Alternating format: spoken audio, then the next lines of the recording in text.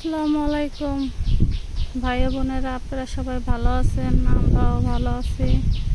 এই যে দেখুন, কালকের থেকে বৃষ্টি বাতাস মেঘ, কালকে সারাদিন বৃষ্টি পড়েছে, আজকেও বৃষ্টি পড়ে, আবার এই যে বাতাস।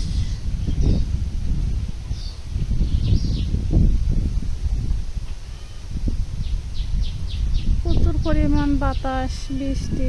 দেখেন বাড়ি ঘরের কি অবস্থা।